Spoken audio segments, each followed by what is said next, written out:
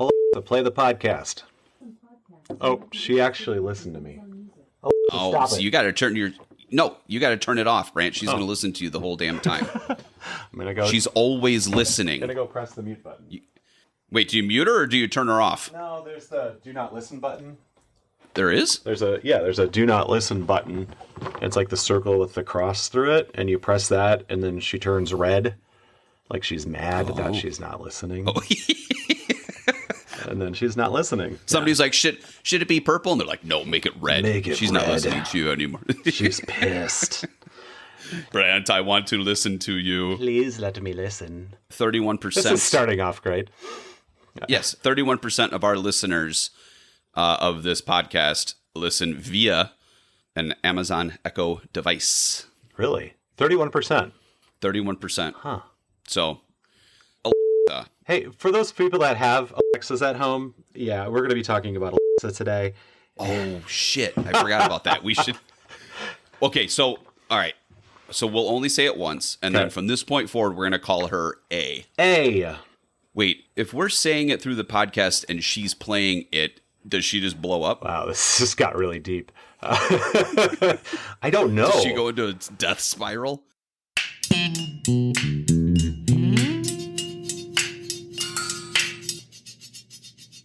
From conversations to the natural world to complete silence, so many of us focus on what's next rather than what is happening now.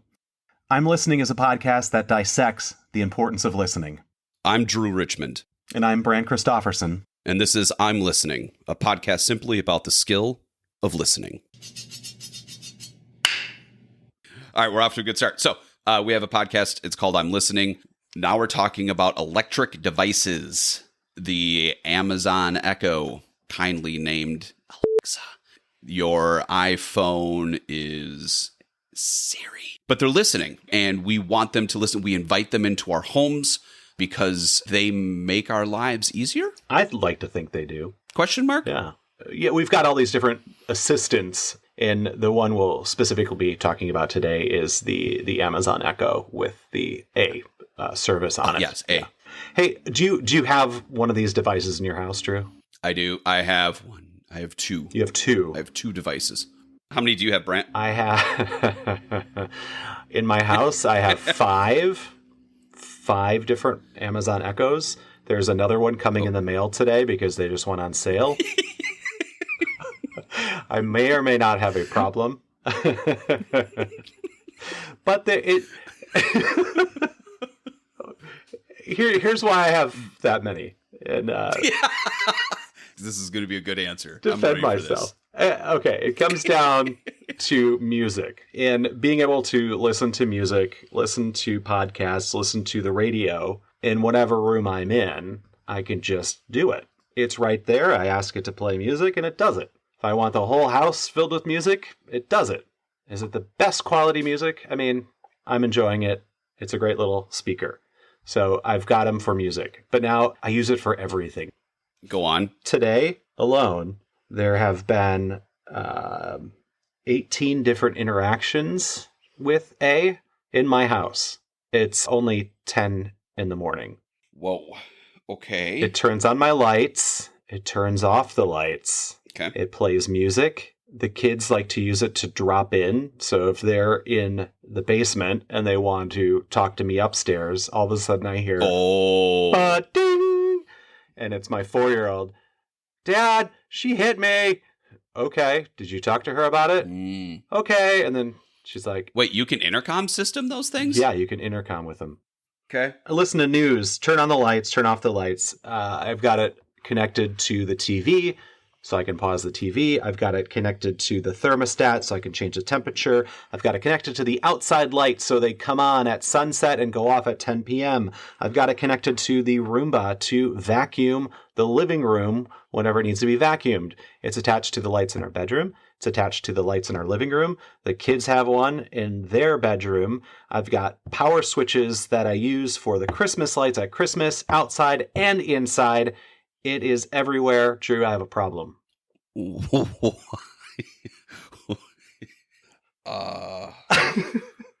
But here's why. Here's why. Okay. Keep going. makes things. This is Brant's 6-minute monologue. Everybody just keep listening. It Keep makes listening. my life easier. It makes it Bingo. easier. If I forget So to turn much the easier. lights off when I leave, I can turn them off after I leave. I can Yep. make sure that the AC is not blasting when I'm not home. I've got it programmed so it doesn't do that. It makes my life It convenient. makes your life easier. Yes. Okay. Thank you. Thank you for all of that. You're calling You my did therapist a great now? job. You did a great job. Brant, I'm just going to share something with you. Sure. There are roughly 47 million other people similar to you. Oh, good. So I'm in good company. You are not the only one. You may be on the usage may be upper percentile of those 47 million people, but 47 million. You're not the only one. You're talking if there's 330-ish million people in this country and 47 million of them have some sort of device in their home. You're not going to do math, are you? You're talking 12 to 15%. Okay. 12 to 15%. That's a lot. That's a lot. Yeah. That's a lot. This is the other crazy thing is that, yes, there are those devices in the home, but think of all of you just listed: lights, thermostats, TVs, et cetera, that are connected to them. There's another 400 million of those external devices that are connected to those devices. So it is this massive, massive web of information that is connected to these super convenient. Brant, you picked up one. You said number 6 is in the. Do you name them? Are they all different? No, I'm not going to. We won't get into that. Number 6 is in the mail. Brant, how much did that set you back? Whopping $22. $22. I guarantee you, it did not. It cost them probably more to manufacture to make that. It probably cost more for the person to put it in a box and ship it to me than $22. But I paid $22 for it. It's going to show up, and it's The one that's in my kitchen, Yeah. I believe 2018, 2019 cost me $100. It was the $99 one. It's the big tower. It's like 12 inches long, something like that. This one's the little hockey puck looking thing. So let's go through a couple of things here. We're going to get into why she exists, why her exists. I like why that A we've exists. anthropomorphized that. I'm okay. I'm not having a stroke. We're going to talk about why she exists and how she works a little bit. We're going to talk about this idea of, are they always listening? Right? And the answer is going to surprise you. The implications of this crazy thing that has been introduced in our lives. Brant, A has been around since 2013. If you would have asked me that question prior to a little bit of research, I would have said, I don't know, 2005, 2006, something like that. We're talking 10 years. Yeah, Since 10 the years this device has been around. That's the manufacturing origin. They purchased it for $30 million from some other company, yada, yada, yada. If I got mine in 18 ballpark, that's 5 years later that they started, and they were $100. So it took a while to get into the home, and now they're $20 and everywhere in 10 years. In the grand scheme of things, of technology, the phone, internet, yada, yada, this is a 1,000th of a second in the lifespan of humans that we've introduced this voice command AI generating conversational electronic listener into our lives. Yeah, this is Jeff Bezos, who had kind of dreamed this up years before, I think back in 2011. And basically where the Kindle, the e-reader, involved us purchasing books from the device itself. The idea was that, hey, if we get this audio device in the house, maybe people will use it as an assistant shopper. Instead, we use it as a virtual assistant. There's not a lot of shopping that happens on the Right. And it's this AI, hey, can you help me with this thing? And now you have this digital assistant in your home. Brant, to make you feel a little bit better, we don't use the other one. It's upstairs. It's in the kids' room if they wanted to play music, yada, yada. It never gets used. They don't the one use it? downstairs. No, they don't. Why? The one down, I don't know. The one downstairs is amazing at being a timekeeper or a time setter for baking things and cooking things. You have a $99 Timer. cooking timer? Yes, basically. I think that's what the other 47 million people do, by the way, is they all have very expensive kitchen timers. Yeah, it's a $100 kitchen timer. She helps out with the weather every once in a while. Yeah. She'll play music. She'll play music. Weather, news, music, timers. Oh, I've also got it set up to my shopping list. So if I need to put something on the grocery list, I ask A to put it on the list for me. Shows up on the list. So when I go to the store, it's all right there. That's pretty convenient. I would say you are a master A user. You are maxing her out, and you're not even probably scratching the surface of capability. But yeah, I've got, so it plays white noise. I've got it in the car to play music. It can even tell you if the traffic is going to be good or bad or not. It's, but basically anything, any tool that I can use to help me just get through the day, I'm going to find a way to do that. Right. And it's great. And it works. Yeah. So this is where it came from. It's really taken off. We've got that idea. It's extremely convenient. I don't know if is Amazon getting out of it what they want? No. Is it producing? I mean, I suppose if we don't live in cities. If you lived in a big city, you could order something through and it could be at your house in like an hour. Mm-hmm. I think that does happen. Mm-hmm. But is it serving its purpose? I don't think it is. I did find a Wall Street Journal article where a former employee is quoted as saying, "We're worried we'd hired 10,000 people and we've built a smart timer." From 2017 until 2021 alone, the company lost more than $25 billion on these devices. And it's unclear on how much it lost before that, which it's interesting because they are investing in this technology, knowing that there is some value to it somewhere, but they are not getting back that value that maybe they intended on. They were thinking that people were going to be using this to go shopping, when instead people are using it as a timer. I'm using it to play, I'm using it to play music, but I've already paid for that music as an annual subscription.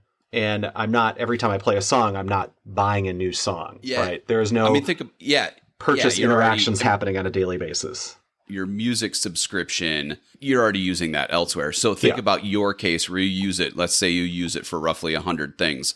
Out of those 100 things, how much money is Amazon making off of those 100 things? Zero? Yeah, there's the music. Yeah, probably zero. It's part of this ecosystem because I'm purchasing on that.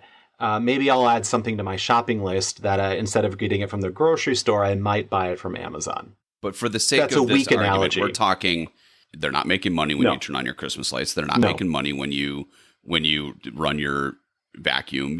They're not making money when your air conditioning kicks on. They're not making money when your daughter intercoms you from. They're not making any money off of you. No, they're not. It's a glorified light switch. And sorry, hold on. All the power in my house just went off. Whenever that happens, I just clap my hands twice and it comes back on. There you go. Cool. Yeah, they're on to me. They're like, "Fuck this guy. We're not making any money off him."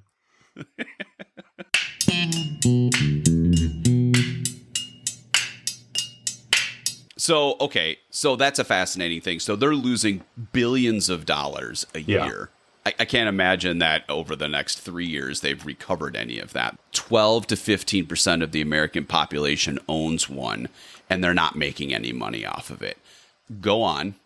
Okay. Where's the business model? Where's the business model? Why? Who cares then? Why does it still exist? A couple theories is, one, it is a value added piece to buying into the Amazon Prime subscription service.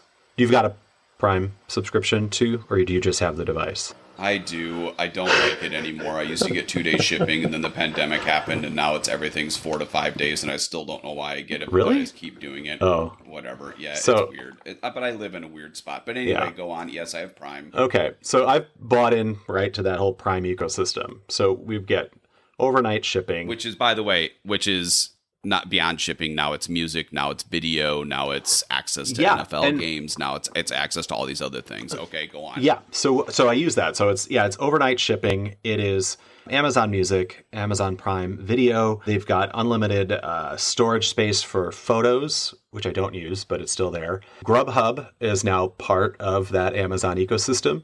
What's Grubhub? I don't get it. Go on. you can order food Is and it a restaurant? someone Is it a drives new it to your restaurant? house. Sounds delicious. It's amazing. What's on their menu? Whatever you want. Do you like Taco Bell? Taco Bell delivers now? No, some other guy delivers it. It's like Uber for your food. What's Uber? Okay, we're going to move on. So I don't get it. anyway, so it's part of this bigger ecosystem. And somewhere in that ecosystem, this is part of it. Are they losing money on it? Probably, but it's part of this bigger system. It all just kind of comes together. The other part, I think, where they are making money is on data. What data are they gathering from me, and how are they using that data to basically sell advertising? If they can fine tune what things I like and put those in front of me, I might be more likely to purchase them from that service. This is the idea behind I hop on Google, I search something, and all of a sudden in my Facebook feed, that item pops up as a potential ad. Yes. So now the data that they gather, knowing that you have a Roomba, knowing that you purchase Christmas lights, knowing that you order these things, yada, yada, yada, is more valuable to them than $25 billion loss over a 5-year period. In theory, yes. I don't know if anyone can actually confirm that for us, but I would imagine if there was not a value to it, they would end that service. Right. So here we go then into that conspiracy theory piece, right? Of you do a Google search for something. Hold on. Let me get my tinfoil hat. Okay, perfect. Go get your tinfoil hats. I got Everybody, we'll take a 30-second pause live for everyone to go make a tinfoil hat and put them on their heads. Here we go. Ready, break, go do it. Don't put one over Okay, your and we're Alexa, though, because it'll block the Wi-Fi signal. So just put it on your head. So I can vision Brant putting on his tinfoil hat and then going, here's your tinfoil hat. I made one for you. Why did you stop listening? Oh, God, I said the A word. Anyway, Oh. all right, so go on. So Okay. conspiracy theory. So- I know exactly where you're going. I love it. I can't wait to dig in. The conspiracy theory is, okay, when I Google something, I get ads showing up for me. And not just on Google, but the ads are showing up in different places because that's what Google does. They're an advertising service that has other services that we use for I don't know, whatever. That's a whole different topic. Yep, whole different topic. Here's where it gets into the conspiracy theory is that it gets very good at predicting what we want. A lot of times it gets it wrong too. But into the point, we've all had this happen before. We are talking about a topic with our friends. Drew likes to talk about Hot Pockets. And then you open your phone, you go on social media, and what do you see? Hot Pockets. You see an advertisement for Hot Pockets, and you go, how the hell did they do that? They must be listening to me. They must be listening to me. They say they're not. Is it always listening? Well, Is she always listening? they say they are not always listening. Oh, Your device sure. Well, that makes should sense. indicate that it is listening to you. Even on your phone, there should be the little microphone icon, or if it's a camera, a little camera icon that shows up to say, hey, your microphone is in use or your camera is in use. Yep. It should be doing that. People believe, though, that it is not, that there's something more going on, that it is listening. I'm fascinated by this. I did a little bit of research, but boring. He wore his tinfoil hat while he did this.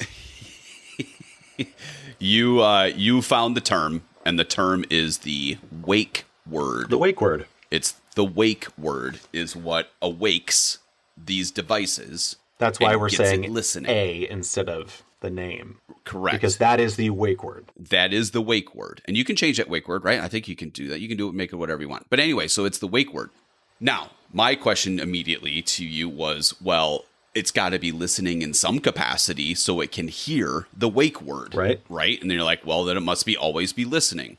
It has to This always is be what I listening found. because whenever I say that word, the genie magically pops out of the bottle. Right. So this is what I found. Okay. I'm going to read you something. Story time. Story time. Devices like Amazon's Echo use keyword spotting to match spoken audio to the acoustic patterns of the wake word. The device only listens to the acoustic properties of the audio coming into the microphone and ignores other audio.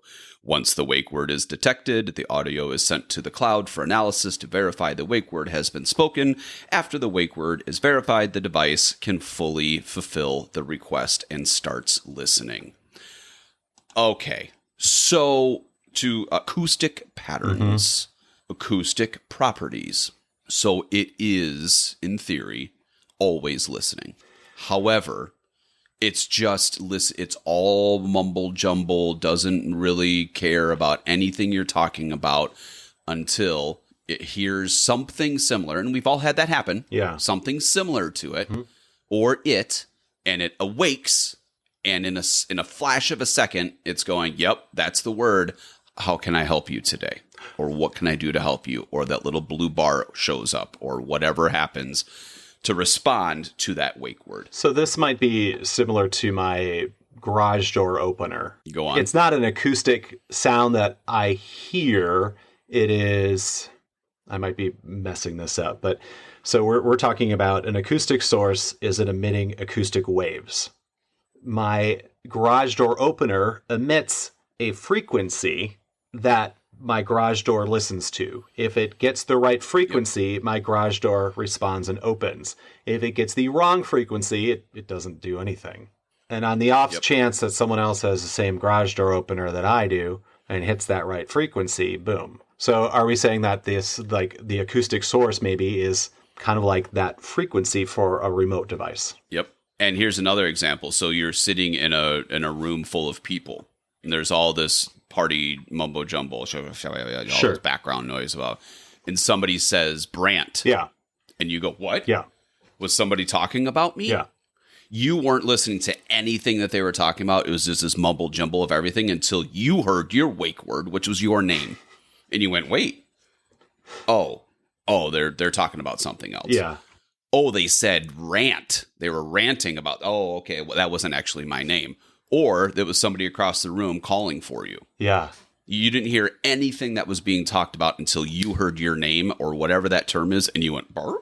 Oh, okay, what's up? Yes. That's the idea.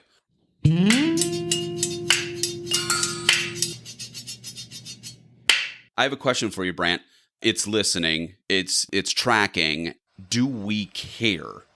We are tracked in so many ways, right? Anytime I use my debit card or my credit card, there is a transaction that's happening that is, interfacing between me and the store and the credit card and wherever my money is stored. That communication and that piece is recorded, and that is used to, that's a track. That is a track of me. When I go to the grocery store and I use my saving card, that is a record that I made a purchase. Wait, what? That is tracking me. No, it's because the store wants to give you money back. Store doesn't care if I get money back. The store will give what? me a small incentive because they want to figure out my buying habits more to get me to buy more things. Oh, Brant, I thought it was for them. I thought they wanted to give us money back. Sorry. We feel so good. We spend, it's $150. You saved $8.37 today. That feels good. That feels good. And when you know that is what is happening, when they're transparent and upfront of like, here's what this relationship is, here's what this transaction is, it's okay. What doesn't feel good is when you don't know that it's happening. Yeah. When you don't know what the intended purpose is behind that service, we then get upset about it. We do. And that goes back to the origins of this tracking thing where it was like, I Googled dog food and now all of a sudden I'm getting Chewy ads on my Facebook feed. Wait a minute, right? Or I was having a conversation with a bunch of friends and I said Hot Pockets 3 times and now I have ads for Hot Pockets, in whatever. That doesn't feel good. But if I saved $8 at the grocery store, I probably have an idea why, and it's because they're tracking what I'm purchasing. Sure. And now, weird, these coupon books are showing up in my mailbox, and weird, those are directly aligned with everything I purchase. So, and I can't say I don't care. I do care. I think there is a level of privacy that I want, and I want to have choice and control over what I keep private or what information I'm sharing. When I feel like something is taking information from me and I don't want that to happen, I want to be able to turn that off. I use ad blockers, I use web browsers, and I use web searches. that do not track me, right? That is what they are designed for. I made the choice to put the Echo in my house. 6 of them.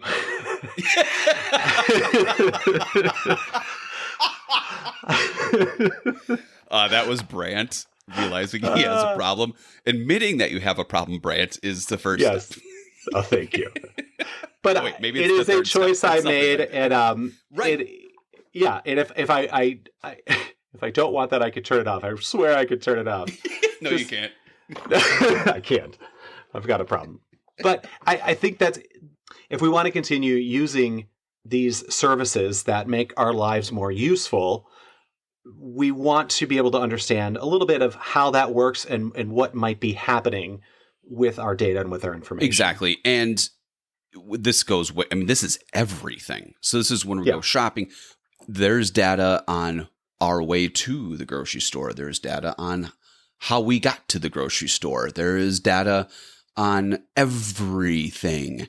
Everything. Your cell phone, your watch, everything that you're connected to. There are still people in America, on this planet, that have a hard time with having a website save your credit card. They're like, oh, they're going to steal my information. But how did you get there? Well, I Googled it from my phone. Okay. It's okay. You'll get there, but your credit card information is the least of your concerns. It's the least of your concerns. Every single thing you do is tracked. If you have a cell phone. Now, one of my favorite shows of all time, Parks and Rec, one of my favorite characters on TV of all time, Ron Swanson. I've been compared to him a couple of times. One of my favorite parts of those episodes is like all of a sudden he goes onto his work computer, and so it's like tracking him in some capacity. It's like, wait a minute, my computer's telling me this, and they're like, well, yeah, you. And the next scene is him throwing his computer in the garbage can. It's which is hilarious and it's funny. What it also speaks to is it's nearly impossible to not. You have to be no internet, no phone, no card. You have to live a life of cash and no internet. Sure. Nearly impossible, and nobody does it anymore. Which is really hard to do. I will say since we're getting into this, just looking at when it comes to safety with your information online, making sure that you're doing software updates on any of your devices. Yep. And making sure that you've got a secure password and two-factor authentication set up on your services. So if you are using one of these smart speakers or anything else, do a security checkup and make sure that those pieces are in place. That will at least reduce the chances of you getting hacked or nefarious people breaking into using your data. Well said. That was great. Thanks. Also, you can check your credit report. I just had my I think everyone did, but my social security number was part of that data breach. Oh, where yeah. Like 50 bajillion people got hacked. Yeah. So if you find my social security number out there, I'd like it back, Yes. please. All right, let's land this a little bit. We opt in on this. This is not forced upon us. This is not a thing that you must have, so you have to get 1 to 7 of them. It is something we choose 6. to do. Sorry, I jumped ahead to 2 months from now when you buy number 7. This is something that we opt into. This is a convenience piece. This is something that Amazon, in theory, loses billions of dollars on every single year. However, it's worth it, right? Are we okay with it? And is it good? You know what? This is a podcast about listening, and you know what? She is listening, and Sure. when she listens and gets it right, it really, really works out well. It really works out well. It's a pretty cool service. I think we also need to look at the implications of listening. We talked before about how it's the acoustic wave patterns that it recognizes and interprets into words. It is not a person. It does not have emotions. It does not have feelings. And I find that how we interact, especially when we're talking in conversation, when we interact with one of these automated services, we start to have a personality to it. We've been calling it a she this whole time. which the only reason is because the voice that it is preset on is a female voice. If you get into bigger AI models, you can have a conversation. I had a conversation with Microsoft Copilot while I was driving last week. Brant, do we need to talk? We Are do. you okay? Is everything okay? Everything's fine. It's cheaper than a therapist. So Quote, Well, okay. the quote of the season. So I was having a conversation with AI on my way home yesterday. I was. I recognize that it is a computer. It is not a person. Right. I think we can get into anthropomorphizing. Did I say that right? I don't know. Anyway. Sure. We get into putting human characteristics and traits onto a machine. They also design them so they do feel more interactive and more natural. We need to be very cautious of how we are relating to this, I think. I don't think we've really gone there. Here's an example. When my kids talk to A, they will ask it nicely, and then it plays a song or does whatever. If it doesn't do it right, they start yelling at it. Like, no, I said play Taylor Swift! Ah! And they yell at it. Like, yelling is going to help. Yep. But my mother-in-law is here to visit. Hi, Jamie. Hi, Jamie. She will use it to set a kitchen timer. And she'll say, can you set this timer for me, please? She's very polite. She's polite to A. Which, again, the computer does not care. But she has this, growing up saying, that is how you talk to people. That is how you make interactions, is you say please and thank you. So what am I teaching my kids when they can yell at Alexa and they get what they want from it? Right. Interesting. And also, when A gets a little too personal, in my world, if it's kitchen timer time, making dinner, and I say, hey, A, set a timer for 30 minutes, timer set for 30 minutes. Awesome. Thank you. When my wife, who has the account, says, hey, A, set a timer for 30 minutes. Good evening, Kristen. It's good to see you and hear from you again. How was your day? Creepy. Right. Creepy. Why does she know your name? She doesn't. Christy. You smell lovely today. Wait a minute. Yeah, wait a minute. You're a machine. Right? And my wife freaks out. She's like, Alexa, turn off. Leave me alone. Stop asking me questions. Because it's creepy. But she recognizes that it's perhaps Kristen, the account owner. Yeah. She doesn't know who I am. You could train it to... Why? Why doesn't she know who I am? Because you didn't train it. Because I didn't train it. I'm going to come over to your house and I'm going to train it. Dude, you do that. I'm coming over to your house and I am unplugging all 6 of them and replugging them in. And I'm just going to... Your house is going to explode. All right. So we feel heard. So we're yelling at... When she gets it wrong, I give her twice. Mm-hmm. And then I start yelling at her. Shockingly, it doesn't work. When it responds well, I'm sure that there's some sort of brain action, some sort of endorphin release, some sort of dopamine, something that you get that instant gratification, that it instantly works, and it feels good. You feel heard. And maybe when it plays that video for you, or when it plays that song for you, or when there's probably more than just a kitchen timer, but when you do have that interaction, that there's that immediate response and you get there's probably some level of like, oh, it works, much like social medias, etc. It feels good. And you're like, oh, I felt heard. That feels pretty good. You're the only thing that's listened to me all day long. Those types of things. I'm sure there's some sort of brain response to it. That's why we keep buying them, because it keeps working. Generally speaking, it works exceptionally well. And we feel heard. It's listening to us, and it's really, really good at it. We've never in our history been able to talk to an appliance and for that appliance to respond to us. I mean, that was Jetsons stuff. When did the Jetsons come out? I'm going to say the 60s. Yeah, right? What is it? It's a cartoon. 62. You already got Yeah. You already got it? September 23rd, 1962. Look, this is 1962 where you have voice automated robot response. My favorite was Rudy, his work computer. Yeah. It was just like a scrambled mess and insecure. Yes. Yeah. Yeah. Yes. But think about that. I mean, that's 1962, 60 years later. Mm-hmm. You got it. Yeah. You have voice command things in your home to do whatever you want it to do. I still don't think we know the full implications on this either. I'm able to talk to an appliance, the appliance responds. We don't really know what that means yet. It's so new that it's happening. No, that's a great point.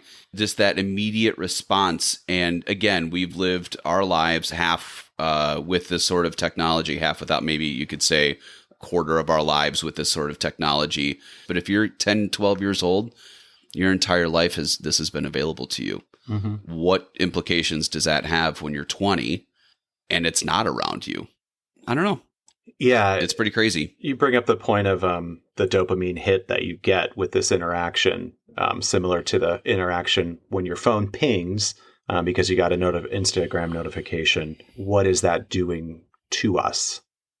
Right. We don't know. Right. We don't know.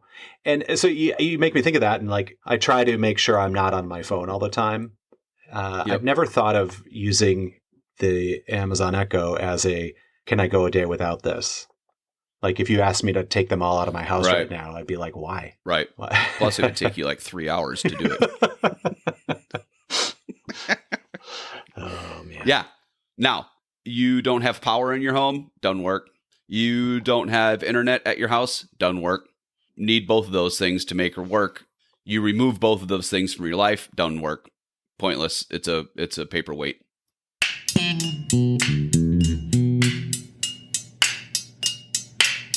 Using a wake word for listening and then it listens and records it, it's much better than me. I don't have a wake word, and even if I did, I don't think I'd listen. And half the time when I do listen, I do not record it or remember it.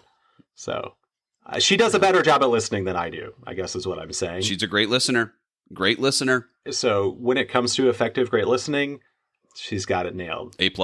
And it is A+. bringing value to my life, and I appreciate where it's going. I also am mildly cautious and aware that that's something that I need to watch. Yep. And just be aware of it. Yeah. Especially as you get number 6 today and number 7 in a couple of weeks and number 8. Oh, Brant, what's your takeaway today? What's your takeaway from this? My takeaway is that we have, as a society, have now found a way to use technology to interact with machines that goes beyond just pulling a dial or pushing a button, but actually using our voice to communicate with it. And yeah, I've never really thought of the implications of what it means when I'm talking to a device and wanting a response. So my takeaway is that I'm more aware of what I'm talking to, who I'm talking to, what it's doing to me or for me. What's your takeaway? We jumped on this one. 47 million people jumped on this one so fast.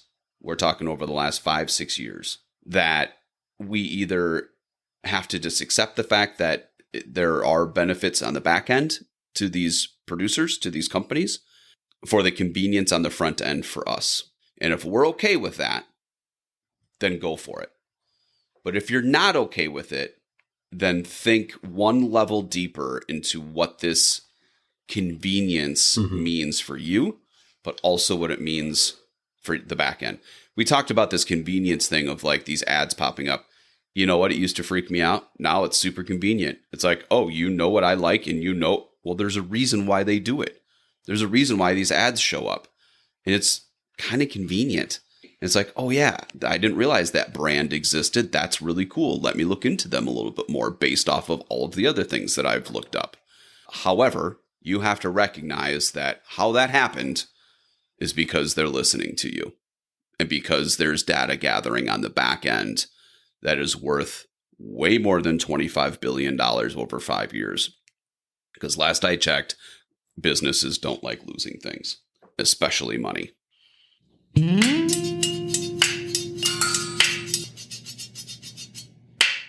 What are you using again for the 6th in your home? What are you using it for? I use it to turn on and off the lights. I use it for music, news, weather, radio, temperature, or communication, timer, my shopping list. It's convenient. Brant, it's genius. It's pretty amazing. It's amazing. Yeah. And your dedication to it is amazing. And your ability to connect all those things to do it is amazing. Go for it, man. Go for it. In the description of this podcast, you will find more information and a list of any of the sources that we used. This podcast is created and produced by Drew Richmond and Brant Christofferson. Editing by me, and the I'm Listening theme music by Drew. That's me. That's you. Brant, I will talk to you later, my friend. We'll see you next time. Yeehaw. Have a good one, Drew. Bye, Brant.